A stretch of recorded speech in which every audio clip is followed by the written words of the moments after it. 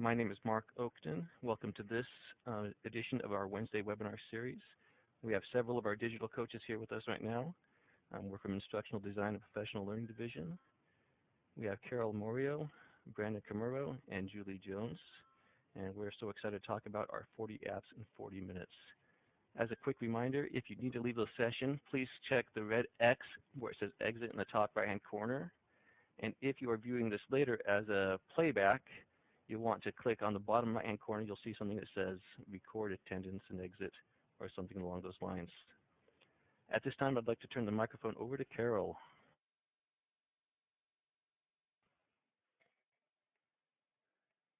Thanks, Mark.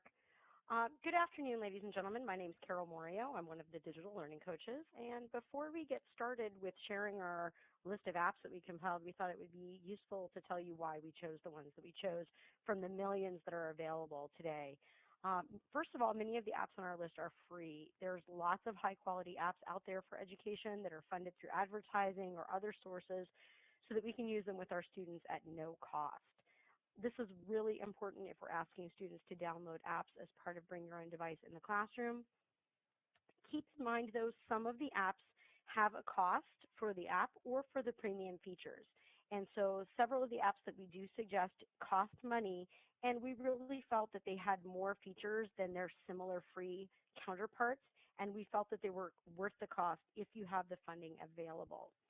And many of our schools we know have their own iOS devices such as iPads, but we also know that many of you and your students are bringing your own devices. So we're trying to include as many apps in our list as possible that run on multiple platforms, so iOS, Android, as well as web-based apps. And then finally, in order to ensure that we're presenting you a variety of apps for lots of different grade levels and subject areas, we are organizing our presentation into the categories that you see listed here: demonstrations, iPad essentials, collaboration, formative assessment, sharing, mind mapping, digital storytelling, professional productivity, and reference. So with that said, I'm going to turn the next part of our presentation over to Brandon. Go ahead. Hey, thank you, Carol. I'm going to start this webinar with demonstration apps, and we're going to talk about two that we use. The first one we're going to talk about is Explain Everything. Now, Explain Everything is an interactive whiteboard and screencasting tool. You can import and insert any document, picture, or video. You can even video yourself while you're using this app. You can move and animate objects, as well as draw and annotate, even on your videos. You can record and play and even redo parts. Sharing is very easy with this app, and the website has tutorials on it. And I'm going to go back, so it looks like we switched over to Doceri. Okay, Explain Everything costs $2.99. Now, speaking of Doceri, Doceri is free. And it's another interactive whiteboard app and screencasting tool. With Doceri, you can add images and written notes, choose from a large selection of background patterns, and you can edit, replay, set stop points for your presentation, even add a voiceover if you'd like. Sharing is simple as dragging and dropping. Okay? At this time, I'm going to turn the microphone back over to Carol.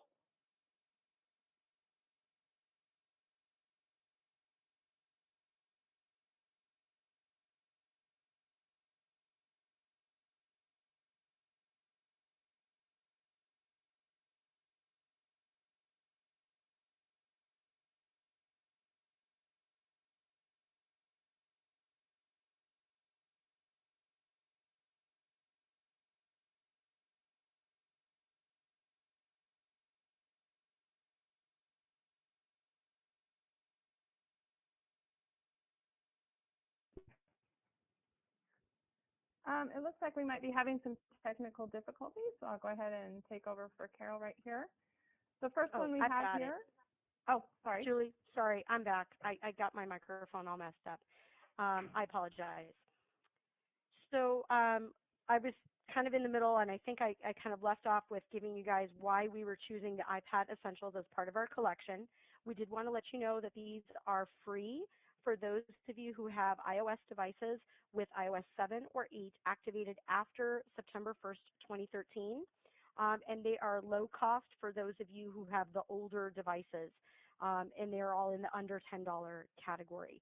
One of the nice things that we like about this category of apps is that they work seamlessly with your Mac counterparts, and then they also work really nicely with Windows as well, and you can share all of the projects that you do with this category of apps using iCloud, Mail, AirDrop, or other online services. The first one in this group is Pages. It's a full-featured word processing app that allows you to start with a template or create documents from scratch. You can use a variety of fonts, embedded graphics, spell check is available, so that you can create all kinds of great written masterpieces. The nice thing about it is you can save it as a Pages document file, which is seamless with your Mac, or you can save it as a PDF or Word document so that you can transfer and continue your work on a Windows computer. The next one that we have for you on the list is Keynote, and this is a presentation software. It comes with built-in templates that allow you to combine text, graphics, audio, and videos to share your ideas.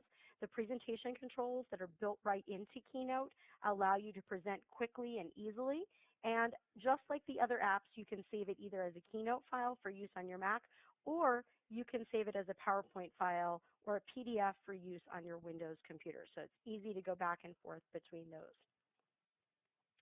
The next one that I've got for you is Numbers, and this is a spreadsheet application that allows you to both crunch your data and display it graphically, and you can put in graphics, import data from other sources, and you also continue to use the favorite spreadsheet formulas that you're used to with all of your other spreadsheet applications.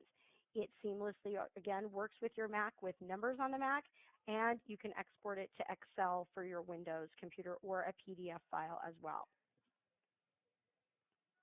The next one on our list is GarageBand, and GarageBand is an audio editing application.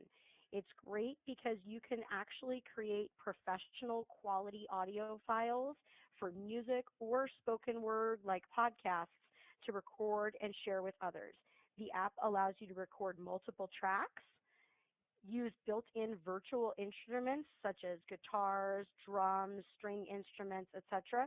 And then you can even connect your own musical instruments, such as electric guitars, pianos, etc., and an external microphone. You can export those audio files to MP3 so that you can post them online and share them with others in a variety of methods.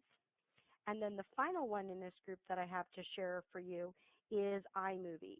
iMovie is your movie editing app for the iPad and for the other iOS devices out there. You can use it to put together all of your video clips, photographs, and package that together with titles and built-in background music to make a nice quality video to share with others. It also has built-in templates to make your life easy, and one of those built-in templates is based on movie trailer themes. So it makes it really easy to add all of those titles, share by exporting to your camera roll, and you can post those MP4s online for others. So at this time, Julie is up next. Let me turn that over to Julie to talk about collaboration. Thank you, Carol. I'm going to talk about a couple apps that allow for collaboration on the iPad. The first app that I'm going to talk about is Edmodo. Edmodo is a fantastic learning management system. It is available both online and via this app. I recommend that you sign up online first. A teacher using this app could read posts on their feed, have access to their groups, their libraries, and so much more. They could also create a new note, an alert, a poll, an assignment, or a snapshot, which is Edmodo's new answer to assessing Common Core. Students would also be able to read posts in their feed, have access to their groups in their backpack. They can complete polls, assignments, snapshots, quizzes from the app as well. This app really makes learning mobile. They beefed it up since the previous versions of it. The next one on the list is First Class, and I'm sure all of us are familiar with First Class. That is the app for Interact. Using this app, you can read and send out emails. You are also able to navigate to different conferences and folders that you have currently on your desktop version. Interact also has the ability for you to set up student emails if you so wanted to do that. So students would be able to use this app in much the same way as long as they have an account. I'm going to keep on going, and we are going to go on to formative assessment. The first one in the list for formative assessment is Plickers. Plickers is a great app for formative assessment.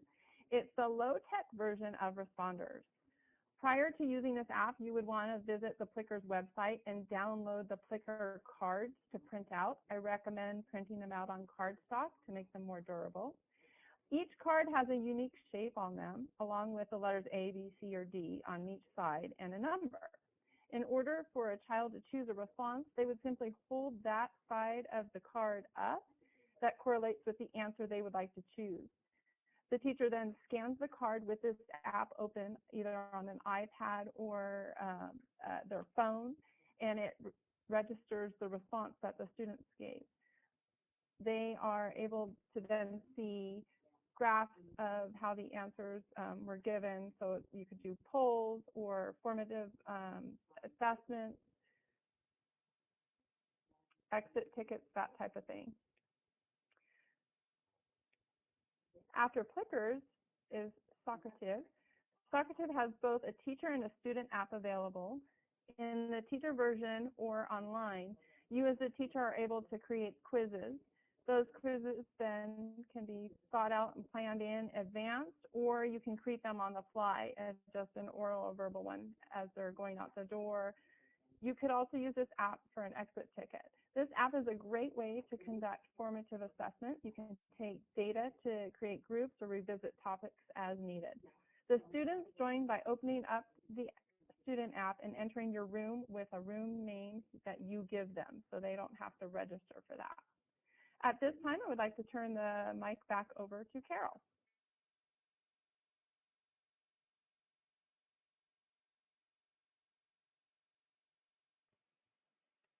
There we go. Sorry, I clicked ahead a little bit.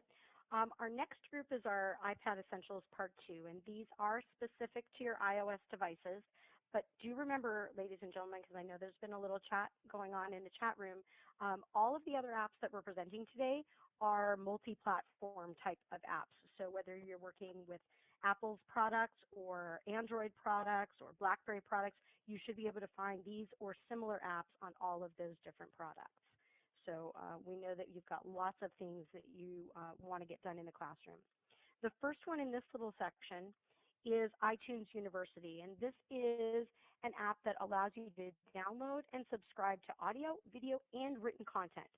All of the content in iTunes University is created by a variety of educational institutions. So when we say that, we're talking about K through 12 school districts, colleges and universities, and even museums and libraries. The content is usually provided as part of a collection or a course. And you can download either just part of that or enroll in the entire collection and subscribe so that you can receive those updates when new things are added to the collection or the course, which is also nice. So it's kind of a set it and forget it system. Because the content is created by these high-quality educational institutions, you can feel rather confident as an educator that you're going to get great information, but we do remind you that it's still important to evaluate the appropriateness of the content that you get for your students as far as its relation to the standards that you teach and the age level of your audience. Now, the next one is very similar. It's podcasts. And while the iOS devices have a specific podcast app, there are podcast apps for all sorts of devices and even additional podcast apps besides the one that Apple provides for your Apple-branded devices as well. Podcasting is very similar to the iTunes University. However, in this case, the content is provided by a variety of stakeholders. So you may have that audio, video, or written content.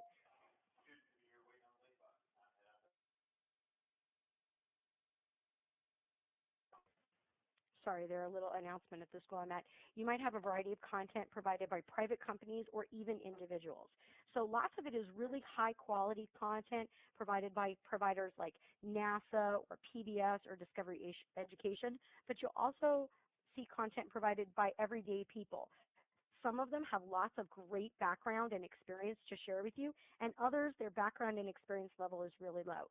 So for this reason, it's extra important for you to evaluate that content before you share it with colleagues and present it to students, because you want to make sure that the information is not only accurate, but that it also relates to your standards and is appropriate for the age level of your audience.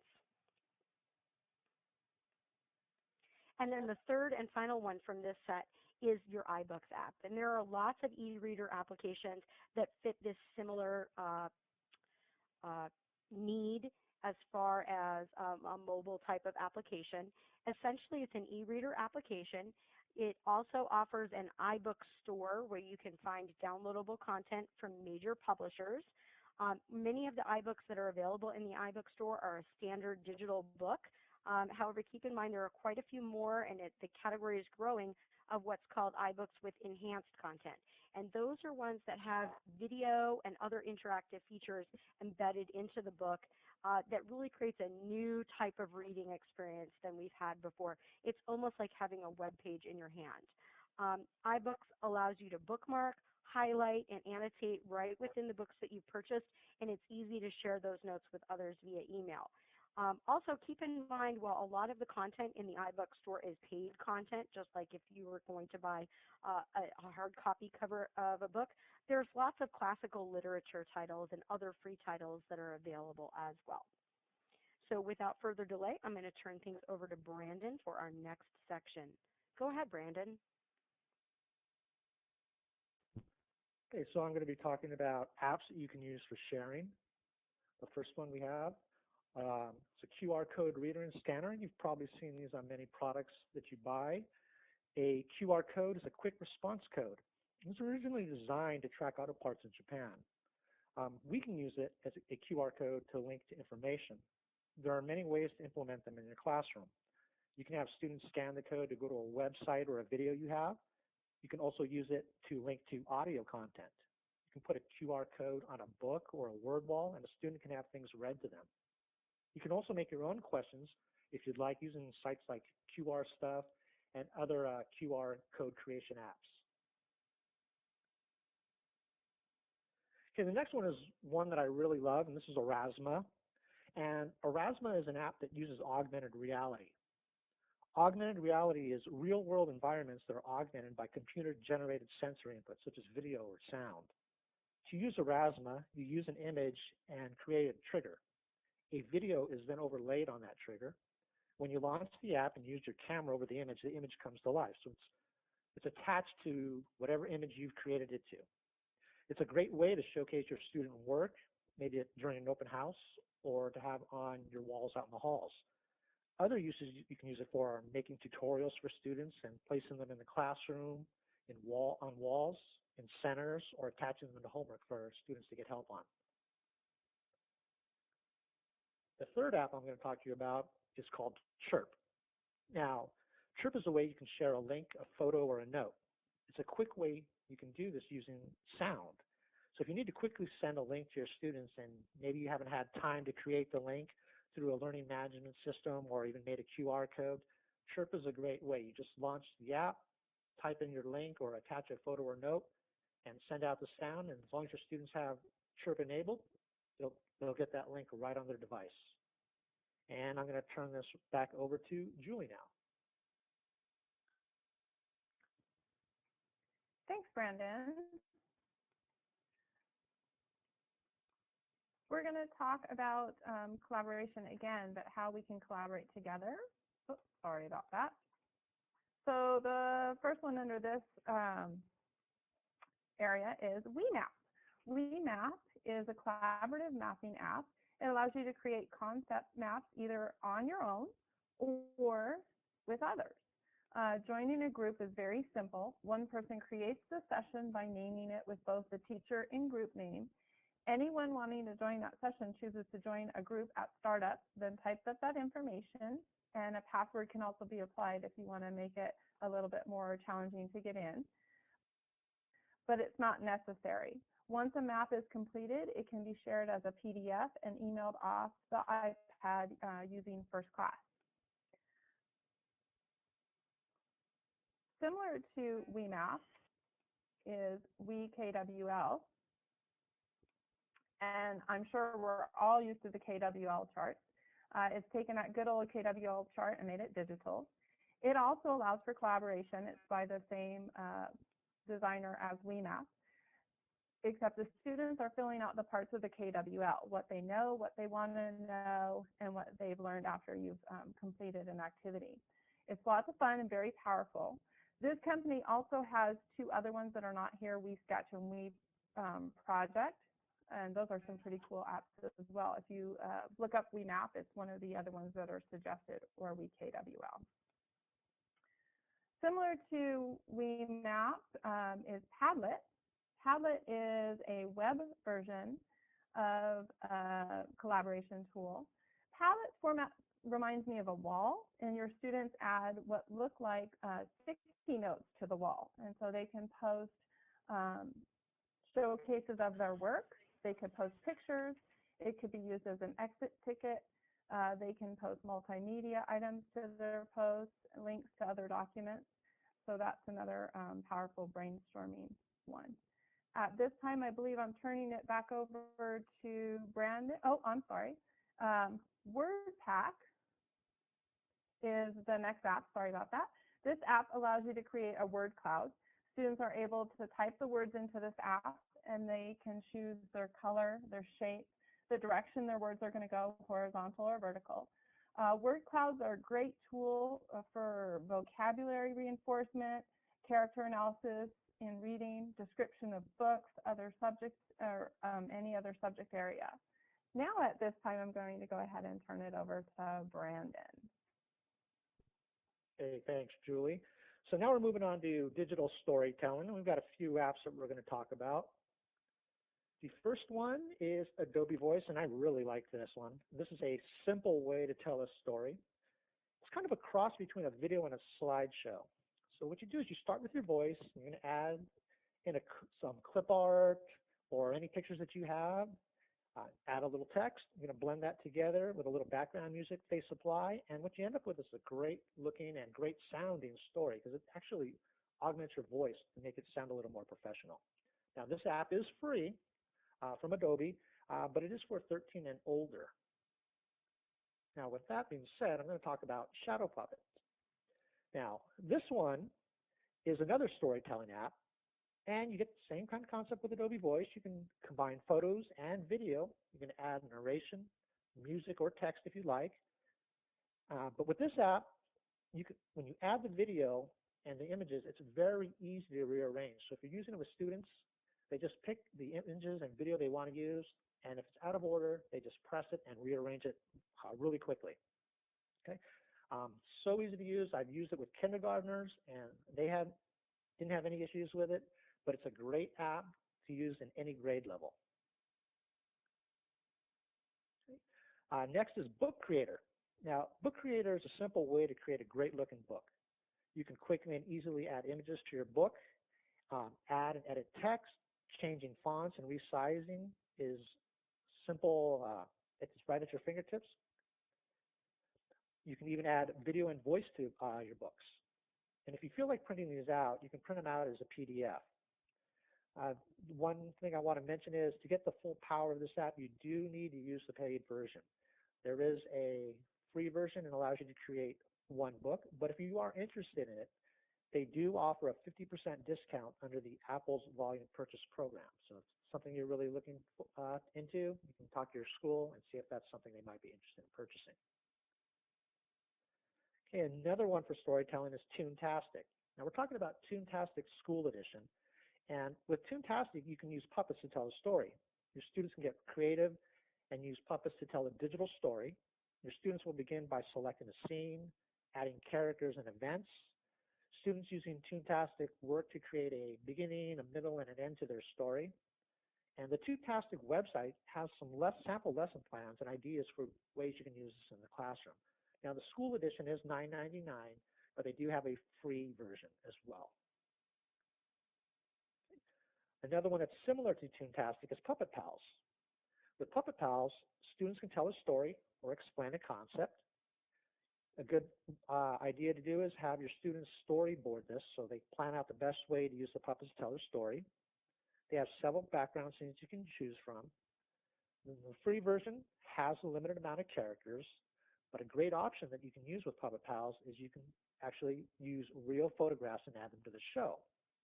Unfortunately, this is an in-app purchase, but overall, it's a great, fun way for students to tell their stories. Another one of my favorite ones is Green Screen. This is Green Screen by Doink. It's a real easy way to make green screen movies. Your students will have a lot of fun using this app to do presentations or reports. You just simply use your video camera on your iPad or any other video camera that you have and film your students in front of a green screen. For the green screen, you can use green paper, or you can get the cloth to use. The one thing that you want to do or be aware of when you're using this is to make sure you have good lighting, because shadows can cause a problem. When you're using this app, just add your video to the app. It's going to remove the green and leave your subject. They have another layer where you can just click and add a background image or video, and then you've just placed your students in a scene.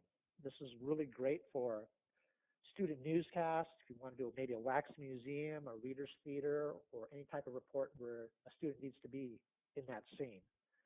And we've got one more, and that's Story Creator. And Story Creator is a quick and easy way to share a story. Simply add photos, video, text, or audio. There's a drawing tool on there, too, that you can use with your books to make them your own. Now, it's not as fancy as Book Creator. It's more limited, but Story Creator is free. So if you're trying to decide if you want to spend any money, Story Creator is free. Book Creator looks a little more professional, but it does come with a cost. And with that, I'm going to turn this back over to Carol. Thanks, Brandon. Our next category that we have for you is professional productivity. This is probably one of my favorite categories because I like to get stuff done efficiently and quickly and easily. So let's go ahead and get started in this category. The first one I have to share for you is called BookBuddy. This application helps you manage your classroom library. You can catalog your books using those ISBN barcodes that are already printed on the book jackets and covers. Scan it with the camera of your device. It helps track all of the books and add them to your digital library. And then as you check the books out to students and colleagues, you can track who you've checked them out to, when you check them out, and get reminders for when you want to ask for those books back. So I know from my library it's pretty extensive, and I'm always loaning things out to friends and colleagues, and I definitely want to make sure I get those back. The next one I absolutely love is called Wunderlist. It's your task management application. It's that to-do list that we all have. It allows you to sync your lists across multiple devices. So I have my Wunderlist on my Mac, I have it on my PC, I have it on my iPhone, my iPad, I even have it on my Kindle device so that I have my task list in all of those different places. The free version is rather robust, but keep in mind there are some additional features if you're willing to upgrade to their pro account, things like attachments and being able to share your lists with others so that you can have group lists going on to get those tasks done for those big projects that you have going on.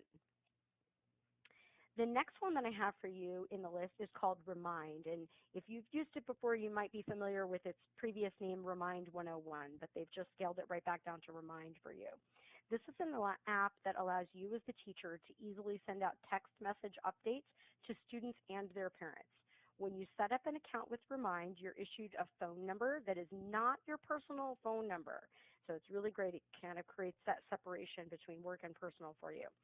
Students and parents use their phone number and an access code that you give them to opt in to receive those text messages from the system. Teachers and students cannot send text messages back to the number, so this is just for you to send messages out to them. And the nice thing is when you send messages out, you can send it out with your device or just right from their web application. The next one that I have for you is called 1Password. 1Password is a free application for your mobile device. However, if you also want to sync it with your computer, keep in mind that there is a cost for their top version as well if you need that extra level. But the premise of the app is that you create a list of usernames and passwords for all of the accounts that you have, and you can do this with your personal as well as your professional accounts, and then you set one master password to unlock the application to retrieve your passwords. The application will also suggest high security passwords so that when you're setting up those new accounts and it asks you to create a password, you don't have to sit there and try to think, of what your dog's name was when you were a kid and setting it up. It gives you some great suggestions so you can make sure that your information is nice and secure. The next one I have for you is called TED, and the tagline for TED is Ideas Worth Spreading. TED is an international conference held at locations all over the world, and the presenters at those conferences are leaders in their field, and they share ideas basically and do talks about the things that are going on in their field that are on the cutting edge. You'll find topics ranging from education to science, global issues, creativity, and entertainment, all sorts of different things that are great motivators for both you and your students. So it's a great way for you to expand your personal professional development and to share with students. They even have a new section in TED with students that are talking and sharing their ideas. So it's a great way to pull that in for your kiddos. The next one I've got for you on the list is Google Translate. It's a simple but really powerful language translation tool. Basically, you just type or say the phrase in the language that you are starting in, and Google will translate it to the language of your choice in both a written and a verbal format. Now, you do have to remember that this is a computer translation, so it's not the same level of translation that you get when you're consulting native speakers. But it's a really great, quick way to get by. I've used it even overseas, translating to a variety of languages, and I've never been steered wrong with directions or anything once, and it's a quick and easy way to help you communicate with parents when there's a little bit of a language barrier as well. And then the final one that I have to share with you in this category is Class Dojo. I think I even saw somebody mention that a little earlier in the text chat that they use Class Dojo. This allows you to track student behavior and management in class. Once you have a teacher account set up and a class set up, you can use your device to quickly make notes about students throughout the day. And they don't necessarily have to be long, drawn-out notes. It's quick little things like responded to the question, follow directions, participated in class. So lots of different things. I really like to use this to encourage positive behavior in the classroom. There are ways for you to program in negative comments back to students as well, but those positive ones are really the ones that I like. The neat thing about this is that you can also use it as a tool to communicate with parents, because parents can opt in to receive notifications about their child to see what's going on at school and help be your partner. So we've got one more section left for you with apps, and so I'll be turning that over to Julie at this time. Go ahead, Julie. Thanks, Carol. Our last section is reference. So we're going to start out with Kindle. Kindle is an e-reader. It allows the user to go beyond just reading the text. They can highlight it, look up words in the dictionary. Kindle has over 1 million books available on Amazon, plus magazines, newspapers, textbooks, and PDFs. So it's quite a robust app that's available to you. Most of those things do cost. However, I do know that Kindle has a list of books that are free and available to you that way. The next one after Kindle is Khan Academy. Sorry, I skipped over one. Khan Academy, I think most of us have heard of Khan at this point. They became popular with their how-to videos for math.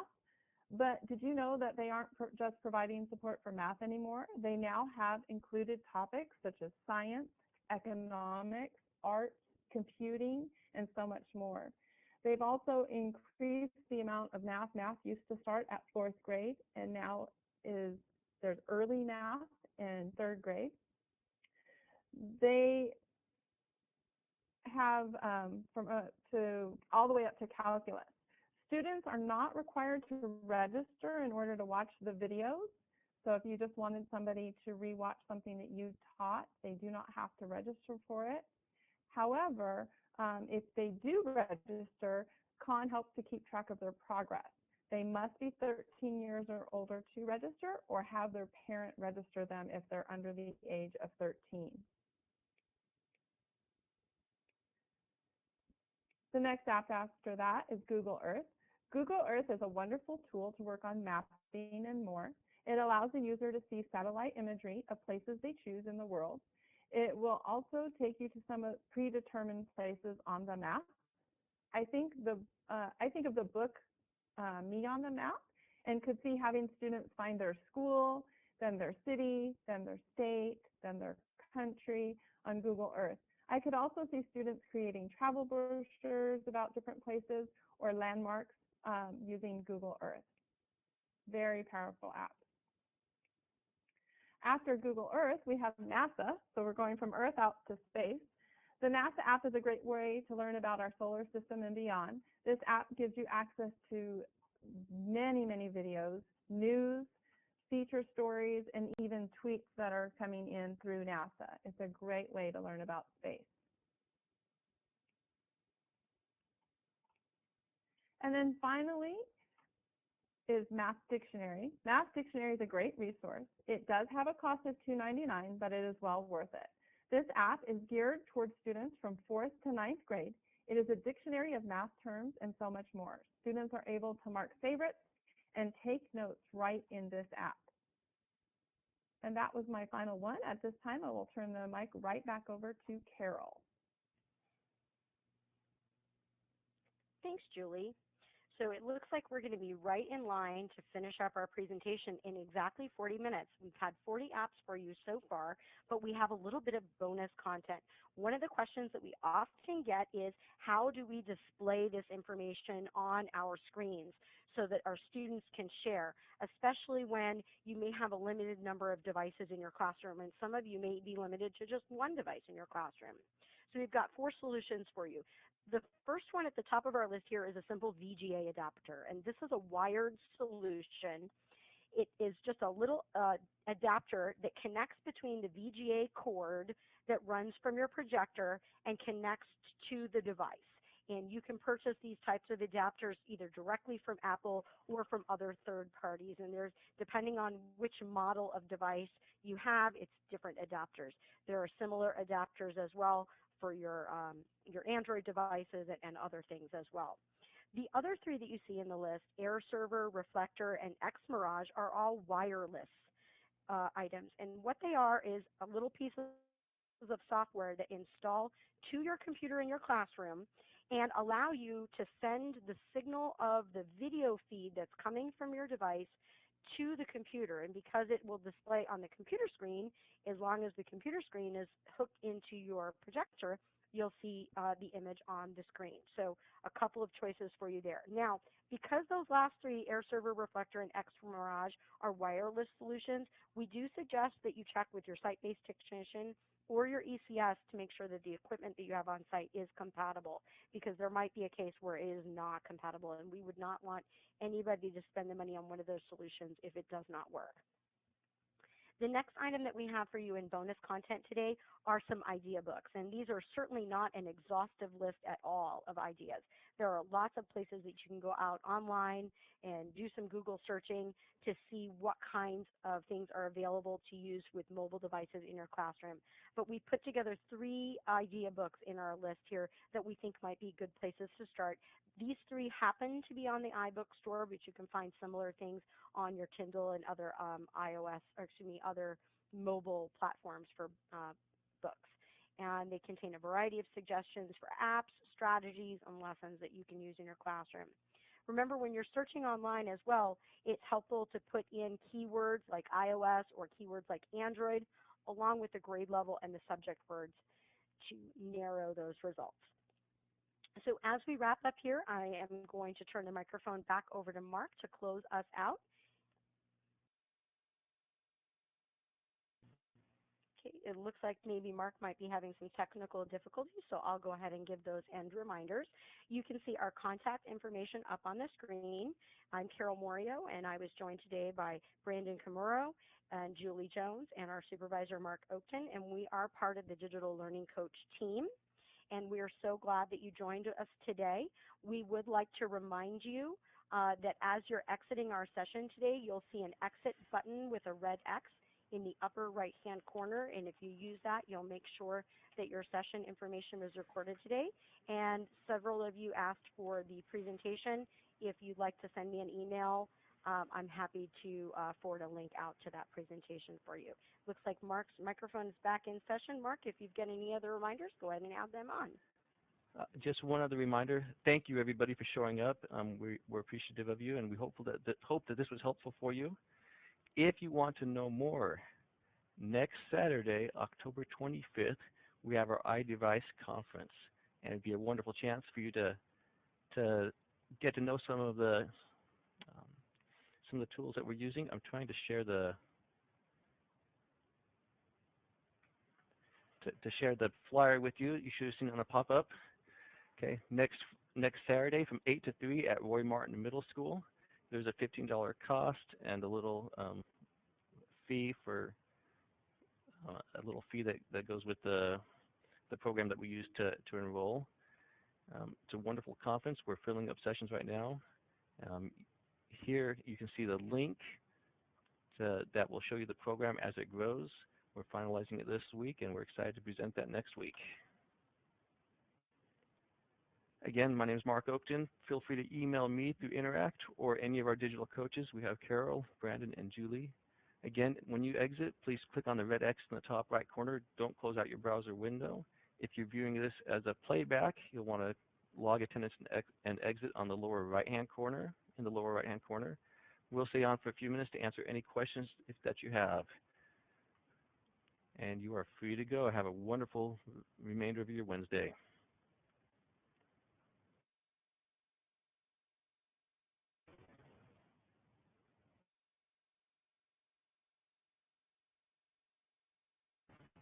Again, stick around if you have any questions. Go ahead and type them into the text chat, and we'll answer them as they come in.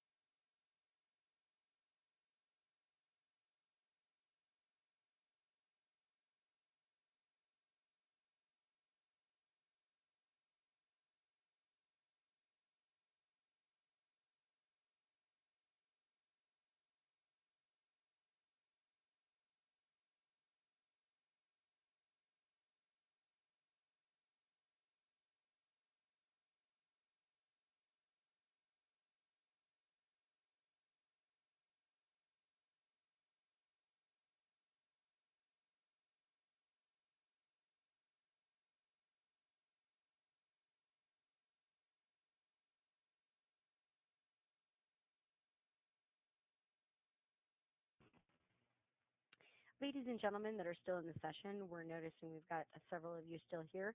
If you'd like to hang around and put any questions in the text chat, we're happy to assist you. However, if you are ready to exit, you'll notice that there is an exit button with a red X in the upper corner of your browser window. If you go ahead and click that button, it will ensure that your attendance for today is recorded so that we can post that later on to Pathor for you. And we do thank you for attending today. Feel free to add any additional questions or comments to text chat if necessary.